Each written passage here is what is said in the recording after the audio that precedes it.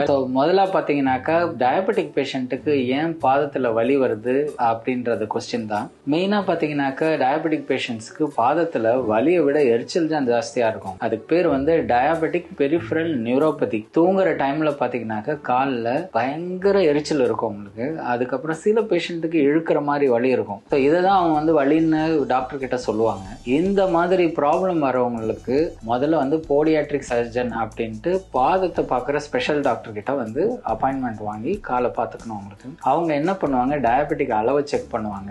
பாதத்துல ரத்த ஓட்டம் எப்படி இருக்கு, நரம்பு உணர்ச்சி எவ்வளோ இருக்கு, எவ்வளோ இதுல டேமேஜ் ஆயிருக்கு அப்படின்ட்டு செக் பண்ணிட்டு இந்த டயபெட்டிக் பெரிஃபரல் நியூரோபதியை ட்ரீட் பண்றதுக்கான சொல்யூஷன்ஸ்லாம் உங்களுக்கு சொல்லுவாங்க. சப்போஸ் இந்த டயபெட்டிக் நியூரோபதி அதாவது பாத எரிச்சல்ல ஸ்டார்ட் பண்ற விஷயத்த நம்ம ட்ரீட் பண்ணாம நாளடைவில் அது வளர விட்டோம்னாக்கா அது ஏஜ் ஆக ஆக பாத்தீங்கன்னாக்கா காலில் அதுவா புண்ணாகி அதுவா டயபெட்டிக் அல்சரா ஃபார்ம் ஆகிடும். இந்த டயபெட்டிக் பெரிஃபரல் நியூரோபதிக்கு ட்ரீட்மெண்ட் அப்படின்னு பாத்தீங்கன்னாக்கா ஃபர்ஸ்ட் டயக்னோசிஸ்ல இருந்து ஆரம்பிக்கும். டயக்னோசிஸ் பாத்தீங்கன்னாக்கா பயோதெசிமெட்ரி அப்படின்ற ஒரு கருவியினால காலில் நரம்பு உணர்ச்சி எல்லாம் எப்படி இருக்குன்னு செக் பண்ணிடுவோம். அப்படி இல்லைன்னா நர்வ் கண்டக்ஷன் வெலாசிட்டி ஸ்டடி அப்படின்ட்டு பாதத்துல இருக்கிற நரம்புகளுடைய ஃபங்க்ஷனாலிட்டி எல்லாம் செக் பண்ணிடலாம். அதுக்கப்புறம் அதுக்கு ட்ரீட்மெண்ட்னு பாத்தீங்கன்னாக்கா ஃபர்ஸ்ட் ஃபோர்மோஸ்ட் இம்பார்ட்டன்ட் அன்கண்ட்ரோல்டா இருக்கிற சுகர் லெவல்ல கண்ட்ரோல் பண்ணிட்டு பாதத்துல எரிச்சலை கம்மி பண்ற மாதிரி நர்வ் காமிங் டேப்லெட்ஸ்லாம் இருக்கு உங்களுக்கு. அதெல்லாம் டயபெட்டிக் மெடிசின்ஸோட சேர்த்து சாப்பிடும் போது